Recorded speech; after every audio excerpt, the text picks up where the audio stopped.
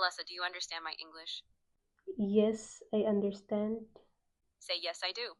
Yes, I do. Can you speak English?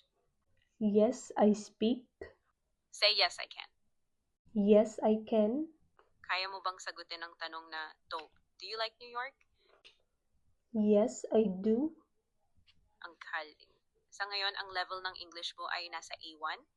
Ang gulo-gulo talaga ng English ko. Nakakapanood lang ako ng mga palabas mula sa Amerika kapag nakabukas ang subtitle. Ayos lang yan, Alessa. Marami talagang natututo sa panonood ng shows na may subtitle. Yung maiintindihan mo pa lang ang mga tanong ko, ibig sabihin kalahati na ang naiisip mong progress. Ang kailangan mo na lang gawin ay magsanay magsalita. Paano ako magsanay? Kasama ako si Raven, isang English tutor sa praktika. Magsasanay tayo na parang totoong usapan at itatama ko agad ang mga pagkakamali mo. Wow, ang lupet. So, pwede akong magsanay kasama ka araw-araw? Oo naman, Alessa, pwede kang magsanay kasama ako araw-araw. Kailangan mo lang i-download ang praktika.